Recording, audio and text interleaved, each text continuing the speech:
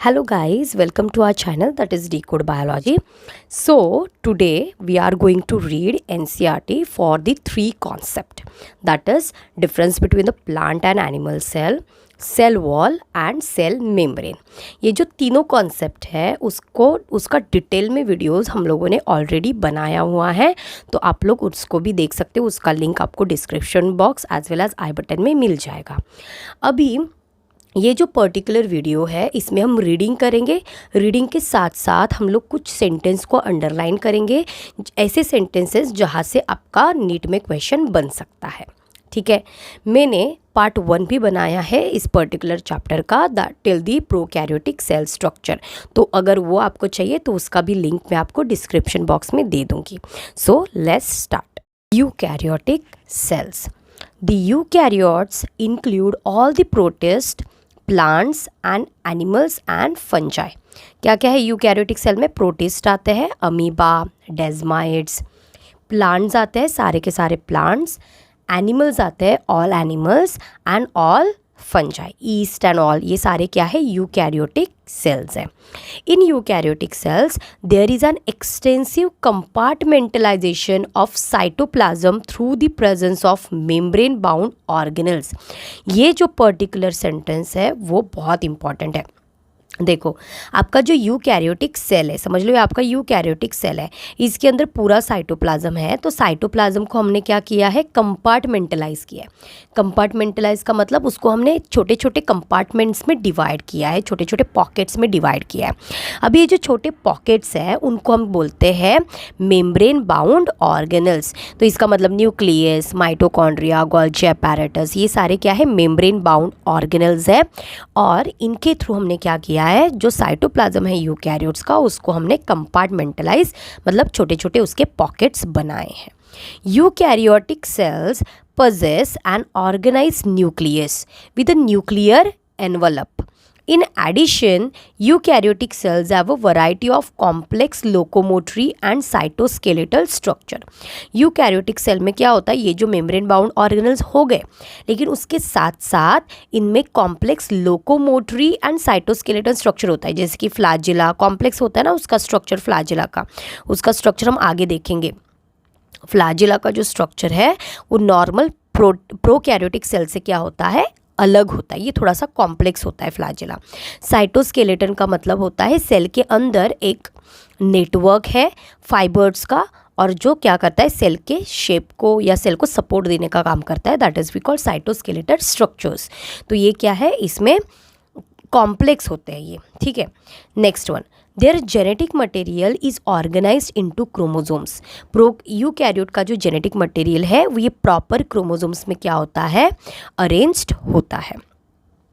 All eukaryotic cells are not identical. सारे eukaryotic cell क्या नहीं है? आइडेंटिकल नहीं है।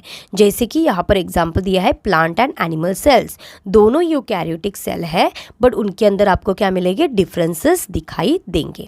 Are different as the former possess cell wall, plastids and large central vacuole which are absent in animal cells. इसके ऊपर मैंने detail में वीडियो बनाया हुआ है। मैंने सारे जो पॉइंट्स हैं उसको टेबल फॉर्मेट में लिखा हुआ है उस वीडियो में कि क्या क्या डिफरेंसेस हो सकते हैं। On the other hand, animal cells have centrioles which are absent in almost all plant cell. अभी आप लोगों को नहीं पता रहेगा कि सेंट्रियोल क्या है। तो सेंट्रियोल एक ऐसा स्ट्रक्चर होता है जिससे स्पिंडल फाइबर्स निकलते हैं, और ये स्पिंडल फाइबर जो है वो सेल डिवीजन में हेल्प करता है। तो प्लांट सेल्स में ये सेंट्रियोल एब्सेंट है, लेकिन एनिमल सेल में ये सेंट्रियोल क्या रहेंगे? प्रेजेंट रहेंगे। यहाँ पर देखो, ये जो आपको यहाँ पर स्ट्रक्चर दिख रहा है that is what? Plant cell. आपका प्लांट सेल कुछ ऐसे दिखता है। ठीक है, प्लांट सेल में आउटर साइड से हम लोग स्टार्ट करेंगे। तो प्लांट सेल में ये जो है यहाँ पर, ठीक है, ये जो लेयर दिख रही है outermost layer, that is the cell wall. ये लेयर कौन सा है? सेल वॉल है। ठीक है, ये देखो यहाँ पर उन्होंने मेंशन किया है सेल वॉल है। सेल वॉल के अंदर जब हम जाएंगे तो ये पूरा जो ब्लूइश कलर का स्ट्रक्चर दिख रहा है, फ्लूइड दिख रहा है, दैट इज़ व्हाट? साइटोप्लाज्म। तो ये पूरा क्या है? एक फ्लूइड है ब्लूइश कलर का, jelly like, that is we called cytoplasm. ठीक है, अभी यहाँ पर जो मेन है दैट इज़ दी वैक्यूल। आप देख सकते हो बहुत बड़ा सा एक सैक होता है, sac like structure, and that is what, vacuole, जो एनिमल सेल में एब्सेंट है। न्यूक्लियस ये सेम एनिमल जैसा ही है, ठीक है, न्यूक्लियस, तो ये न्यूक्लियस हो गया, ठीक है। न्यूक्लियर मेम्ब्रेन ये दिख रहा है, ये न्यूक्लियर मेम्ब्रेन है जिसको काट के आपको दिखाया न्यूक्लियस को, एंड उसके अंदर आपको एक स्ट्रक्चर दिख रहा है, दिस इज़ व्हाट, न्यूक्लियोलस, ठीक है। अभी न्यूक्लियस के सराउंडिंग में आपको कुछ ये स्ट्रक्चर्स दिख रहे हैं, ये वाले स्ट्रक्चर्स, ये जो स्ट्रक्चर्स है इसको हम बोलते हैं एंडोप्लाज्मिक रेटिकुलम। तो दो टाइप का एंडोप्लाज्मिक रेटिकुलम होता है, ये जो आगे आपको एंडोप्लाज्मिक रेटिकुलम दिख रहा है that is a smooth endoplasmic reticulum, और ये जो पीछे रेटिकुलम दिख रहा है जिसके ऊपर छोटे छोटे डॉट्स है, these are rough endoplasmic reticulum. Next है यहाँ पर दैट इज दिस वन, ये स्ट्रक्चर्स, ये जो स्ट्रक्चर्स है दिज आर माइटोकॉन्ड्रिया, ठीक है। नेक्स्ट वन, ये जो साइड में आपको ये जो स्ट्रक्चर्स दिख रहे हैं ये ऐसे, these are what, chloroplast. Chloroplast कितने भी हो सकते हैं, माइटोकॉन्ड्रिया कितने भी हो सकते हैं, ठीक है। नेक्स्ट वन, यहाँ पर ये ऐसे जो स्ट्रक्चर दिख रहा है सेपरेट, जो न्यूक्लियस से अटैच नहीं है, सो ये जो स्ट्रक्चर है इसको हम बोलते हैं गोल्जी अपैरेटस, जो न्यूक्लियस से अटैच नहीं होता। एंडोप्लाज्मिक रेटिकुलम न्यूक्लियस से अटैच्ड होता है, क्लियर। इसके बाद बीच बीच में आपको ऐसे फाइबर्स दिख रहे हैं, ये होते हैं माइक्रोट्यूब्यूल्स, जो पूरे साइटोप्लाज्म में फैले हुए होते हैं माइक्रोट्यूब्यूल्स, क्लियर। नेक्स्ट वन, यहाँ पर जो अंदर वाला जो आपको लेयर दिख रहा है ये, ठीक है, ये ग्रीन वाला नहीं, ग्रीन के अंदर ये जो उसका बाउंड्री आपको दिख रहा है ये ऐसा, this is what, plasma membrane, ठीक है। एंड यहाँ पर आपको ये जो गोल गोल स्ट्रक्चर दिख रहा है ये है लाइजोसोम्स, ठीक है। ये जो ग्रीनिश कलर के स्ट्रक्चर्स दिख रहे हैं दोज आर दी पेरोक्सिसोम्स, और ये जो आपको छोटे छोटे डॉट्स दिख रहे हैं ब्लैक कलर के, दोज आर दी राइबोसोम्स। तो अगर हम दोनों को कंपेयर करेंगे एनिमल एंड प्लांट सेल में, तो प्लांट सेल में वैक्यूल, ये एक डिफरेंस आता है। सेकेंड डिफरेंस आता है दैट इज़ दी क्लोरोप्लास्ट, ठीक है। उसके बाद आएगा सेल वॉल आएगा यहाँ पर, ये थर्ड सेंट्रियोल एक एक्स्ट्रा आएगा, इज इट क्लियर। तो ये कुछ ऐसे डिफरेंसेस हैं, ठीक है। अभी यहाँ पर आपको एक स्ट्रक्चर दिख रहा होगा, एक्सटर्नल गैप दिख रहा है बिटवीन दी सेल वॉल्स, ठीक है, ये गैप, एंड इस गैप का नाम है प्लाज्मोडेस्माटा। इस गैप को हम क्या बोलते हैं, plasmodesmata. This is what, cytoplasmic connection. क्या है ये, साइटोप्लाज्मिक कनेक्शन है। ये क्या करता है, दो जो यहाँ पर सेल्स रहेंगे, समझ लो मेरा दूसरा सेल यहाँ पर है, ठीक है, दूसरा प्लांट सेल मेरा यहाँ पर किधर तो है, ठीक है। तो क्या करेगा, इस प्लांट सेल को इस प्लांट सेल से कनेक्ट करेगा ये plasmodesmata. So that is what, cytoplasmic connection. Cytoplasm क्या होता है, डायरेक्टली कनेक्ट होता है to the neighbouring cells, clear. Now this is what, animal cell. Animal cell जो है यहाँ पर सेल वॉल आपको दिख रही है, कुछ ग्रीन कलर का स्ट्रक्चर नहीं, ठीक है। So that means cell wall यहाँ पर एब्सेंट है, ठीक है। डायरेक्टली यहाँ पर क्या होगा, प्लाज्मा मेम्ब्रेन आपको दिखेगा। तो ये आउटर मोस्ट जो आपको कवर दिख रहा है layer, that is what, plasma membrane.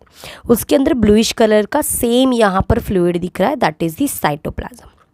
Cytoplasm में बड़ा सा वैक्यूल नहीं दिख रहा है, यहाँ पर हमें क्या दिख रहा है, सेंटर में न्यूक्लियस दिख रहा है, ठीक है, और उसके अंदर क्या है, ये न्यूक्लियोलस, क्लियर। अभी इसके सराउंडिंग आपको एंडोप्लाज्मिक रेटिकुलम दिखेगा। तो दो टाइप का एंडोप्लाज्मिक रेटिकुलम होता है, जिसके ऊपर ये डॉट्स है, those are rough endoplasmic reticulums, and जिसके ऊपर डॉट्स नहीं है that is what, smooth endoplasmic reticulum. उसके सराउंडिंग आपको यहाँ पर ऐसे ये स्ट्रक्चर्स दिख रहे हैं, दीज आर व्हाट, माइटोकॉन्ड्रिया, ठीक है। नेक्स्ट वन, ये जो स्ट्रक्चर्स यहाँ पर आपको दिख रहा है, सेम स्ट्रक्चर प्लांट में भी था, that is what, Golgi apparatus. Next lysosomes, ये भी सेम कहाँ पर थे, प्लांट में थे, lysosomes. Peroxisomes, same structure plant में भी था, ठीक है। एंड यहाँ पर ये दिख रहा है, ये है आपका सेंट्रियोल, ठीक है। क्या है ये, सेंट्रियोल है, क्लियर, जो प्लांट में एब्सेंट था, ठीक है। नेक्स्ट वन, और क्या बचा यहाँ पर, हाँ ये वन, दिस इज़ व्हाट, माइक्रोविला। एक एक्सटेंशन होता है प्लाज्मा मेम्ब्रेन जो है सेल का, वो कुछ इस तरह से मॉडिफाइड हो जाता है, तो इस एक्सटेंशन को हम क्या बोलते हैं, माइक्रोविलाई बोलते हैं, जो क्या करता है, एब्जॉर्प्शन में हेल्प करता है। ठीक है, let us now look at individual cell organelles. अभी हम क्या करेंगे, इसके बाद इंडिविजुअल सेल ऑर्गेनल्स को पढ़ेंगे to understand their structure and functions. तो सबसे पहले यहाँ पर आएगा that is what, cell membrane.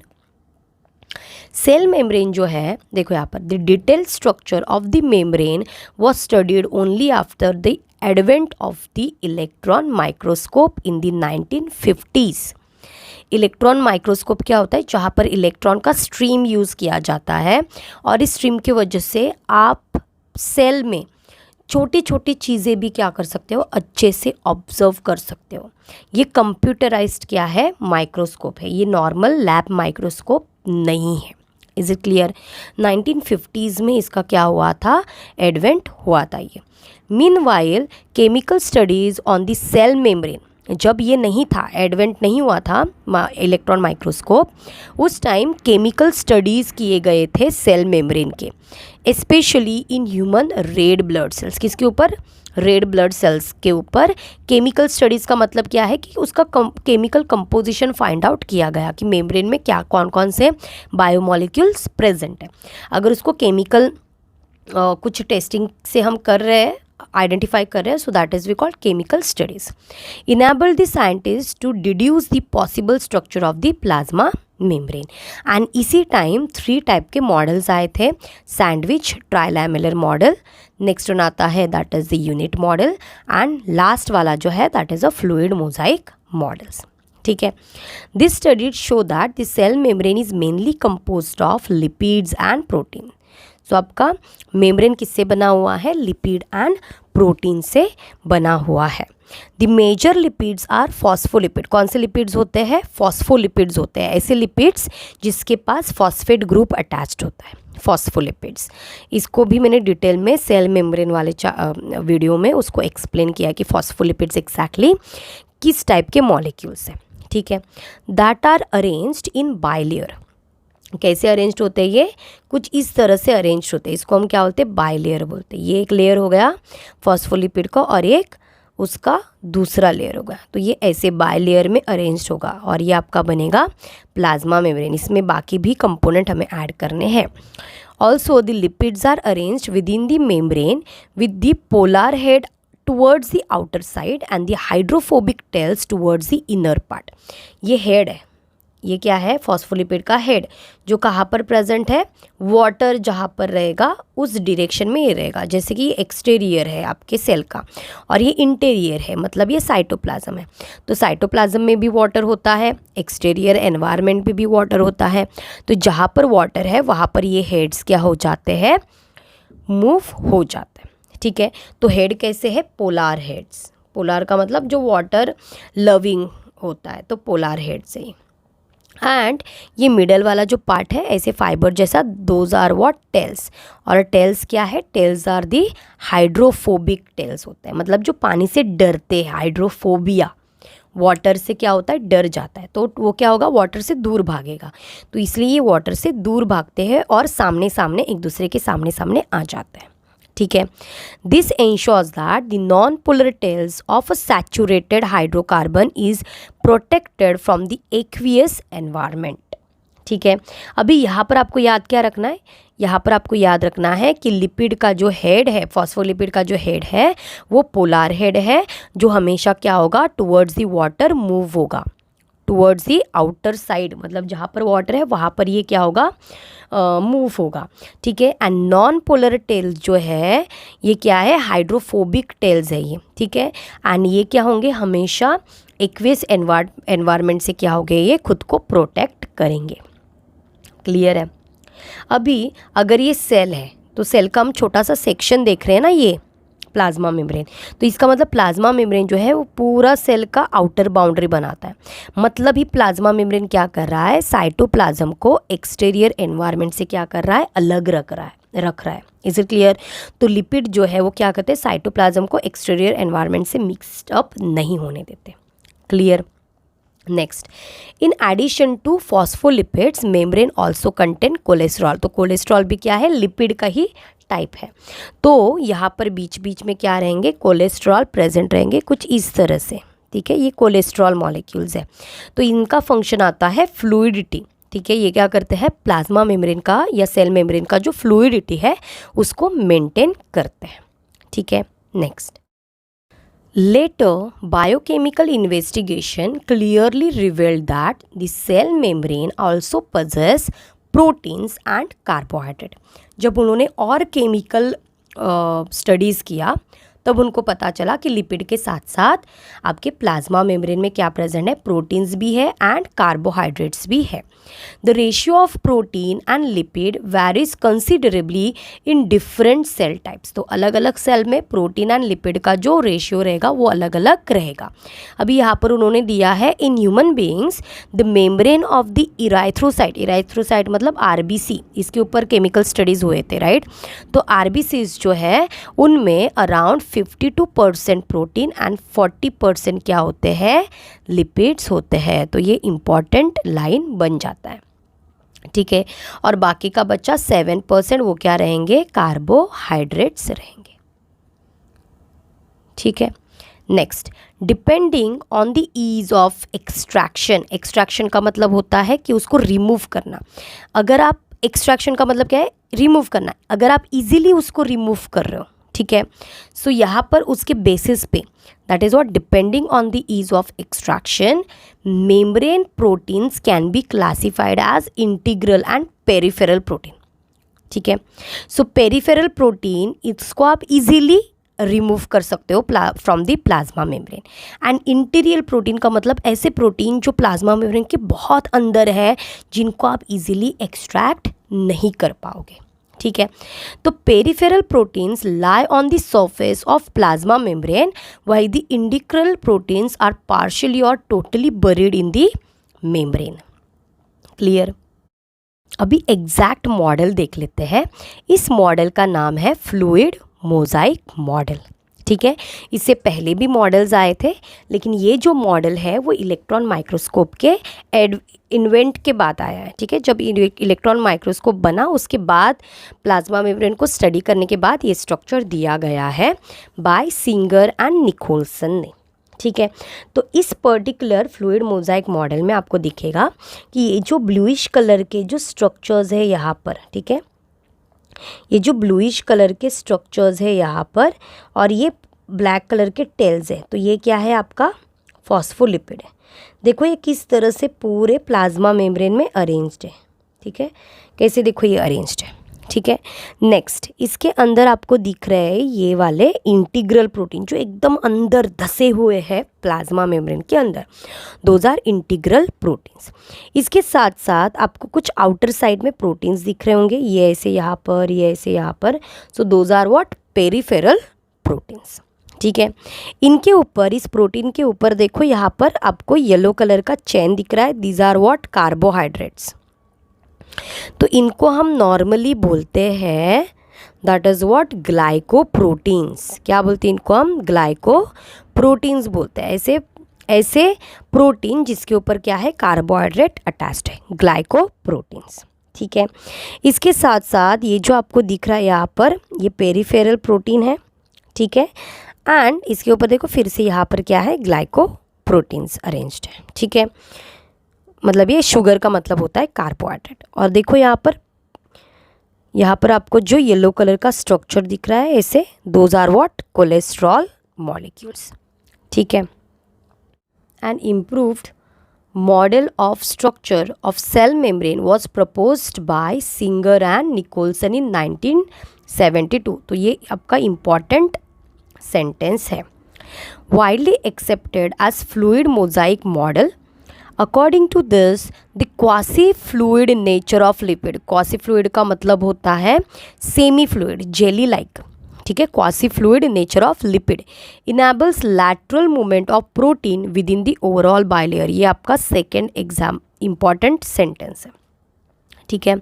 So quasi fluid का मतलब होता है जेली जैसा नेचर है इस लिपिड्स का, ठीक है। तो ये लिपिड आपका ऐसा क्या बनाएगा, बाइलेयर बनाएगा। अभी समझ लो इस लिपिड बाइलेयर में आपका यहाँ पर एक प्रोटीन है, ठीक है, ये प्रोटीन है। तो ये प्रोटीन जो है वो किधर भी मूव हो सकता है, ठीक है। तो एक पैच है, समझ लो यहाँ पर पैच है, तो आपकी इस पैच में, लिपिड के मेम्ब्रेन के पैच में, ये आपका प्रोटीन जो है वो किधर भी मूव हो सकता है। That is we call lateral movement of proteins.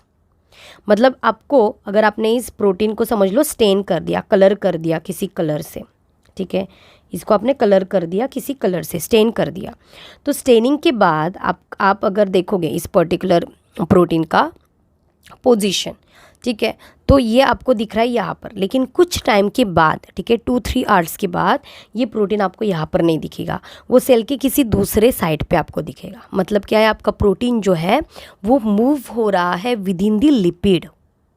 Is it clear? And that is we call lateral movement of proteins. तो ये पॉइंट बहुत इंपॉर्टेंट है। This ability to move within the membrane is measured as is fluidity. तो आपका जो protein जिस तरीके से आपके प्लाज्मा मेम्ब्रेन में किधर भी क्या हो सकता है, मूव हो सकता है, उस पर्टिकुलर एबिलिटी को हम क्या बोलते हैं, fluidity of the plasma membrane. The fluid nature of the membrane is also important from the point of view of functions like cell growth. तो ये जो fluidity है उसका important क्या है, ये भी बहुत important sentence है। cell growth, formation of intercellular junctions, दो सेल के बीच का जो जंक्शन होता है उसको हम बोलते हैं intercellular junctions, secretion and endocytosis, cell division etcetera. तो फ्लूइडिटी का इंपॉर्टेंस क्या है कि सेल का ग्रोथ हो सकता है because of fluidity, formation of intercellular junction बन सकते हैं, सिक्रीशन हो सकता है, एंडोसाइटोसिस हो सकता है, सेल डिवीजन हो सकता है। Clear?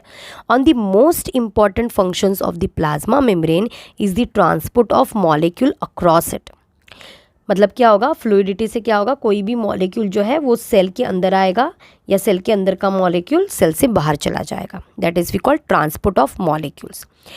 The membrane is selectively permeable. आपका जो प्लाज्मा मेम्ब्रेन है वो सिलेक्टेड मॉलिक्यूल्स को ही अंदर या बाहर जाने देता है, and that is why we called it as what, selectively permeable है आपका plasma membrane to some molecules present on either side of it. Many molecules can move briefly across the membrane without any requirement of energy, and this is called the passive transport. अगर समझ लो particular molecule, अगर समझ लो आपके पास cell है, ठीक है, आपके पास क्या है, सेल है, ये सेल है आपका, सेल के बाहर समझ लो यहाँ पर ग्लूकोज है, क्या है यहाँ पर, ग्लूकोज। अगर glucose without ATP, without energy cell के अंदर इजीली ट्रांसपोर्ट हो रहा है, so that is we call passive transport. Clear?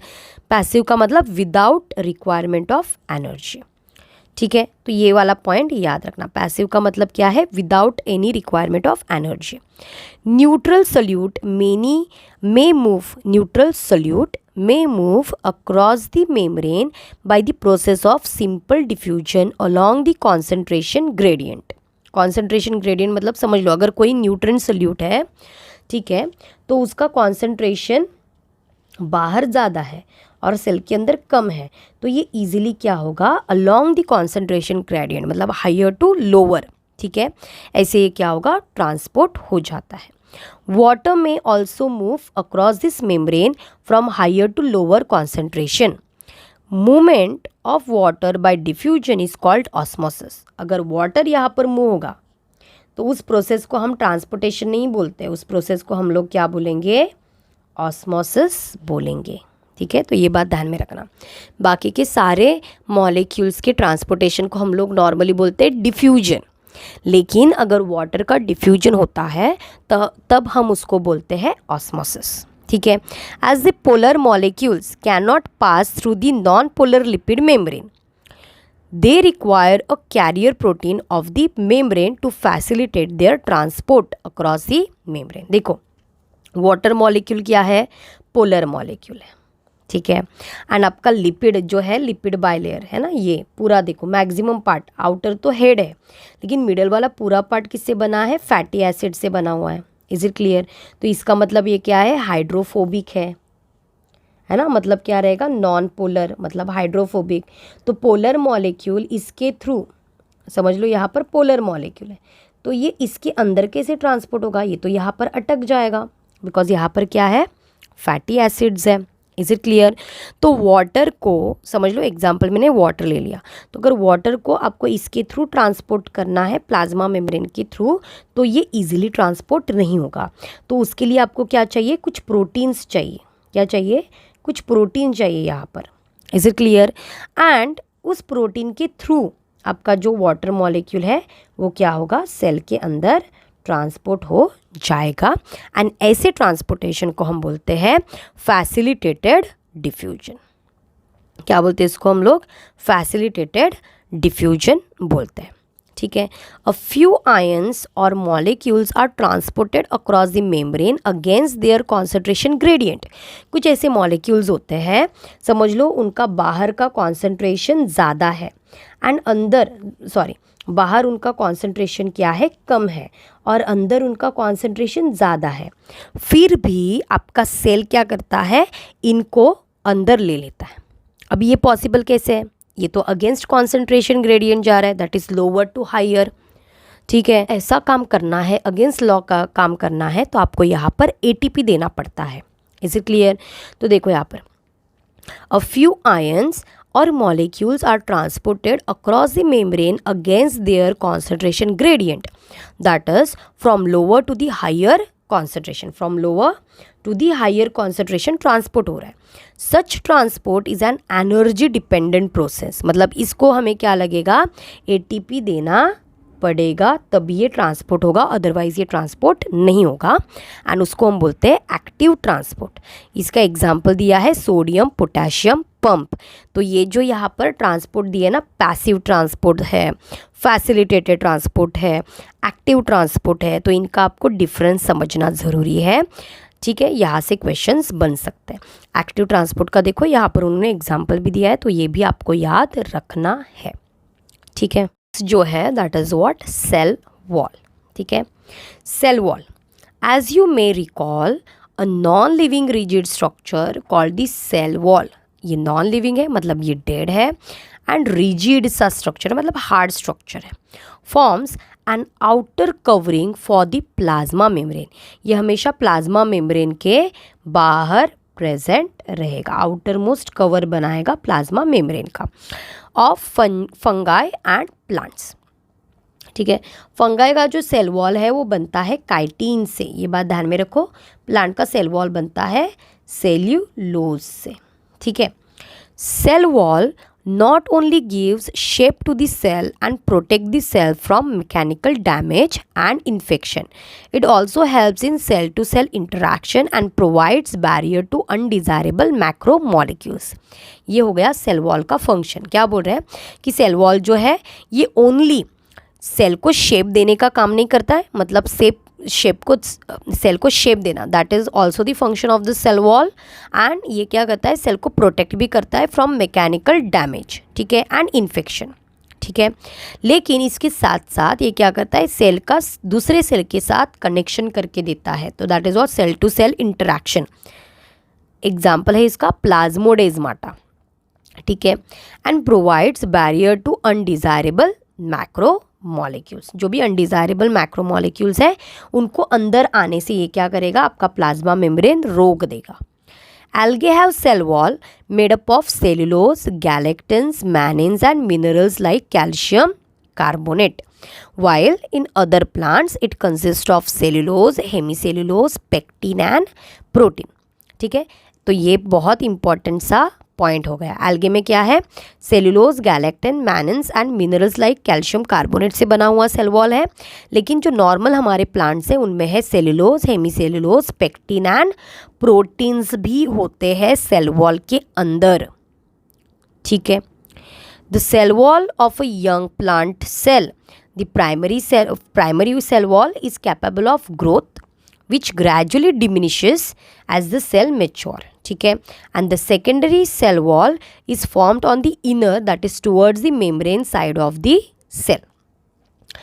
आपके सेल में देखो प्राइमरी सेल वॉल होती है, जैसे कि मेरिस्टेमेटिक सेल, इनमें प्राइमरी सेल वॉल होती है, एंड इसके अंदर बनेगा आपका secondary cell wall, and secondary cell wall के बाद आपका रहेगा यहाँ पर प्लाज्मा मेम्ब्रेन। तो तो ये आपका प्राइमरी सेल वॉल, ये आपका सेकेंडरी सेल वॉल, और ये क्या है आपका प्लाज्मा मेम्ब्रेन है। The middle lamella is a layer mainly calcium pectate which holds और glues the different neighbouring cells together. अभी यहाँ पर क्या होता है, समझ लो ये आपका सेल वॉल है और ये आपका सेल है, तो दो सेल के बीच में यहाँ पर एक क्या होता है, सीमेंटिंग मटेरियल होता है, ठीक है, जो इन दोनों के बीच का जो गैप है उसको फिलअप कर देगा, and that is what middle lamella. ठीक है, किससे बनता है ये, कैल्शियम पेक्टेट से। तो ये पॉइंट भी इम्पॉर्टेंट है।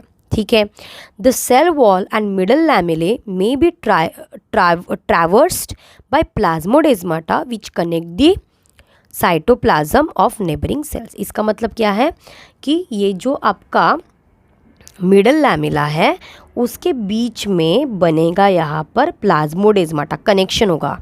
ठीक है, तो ट्रैवर्स का मतलब है उसके थ्रू, मिडल लैमेला के थ्रू बनता है प्लाज्मोडेस्माटा, जो दोनों सेल को क्या करेगा, कनेक्ट करेगा।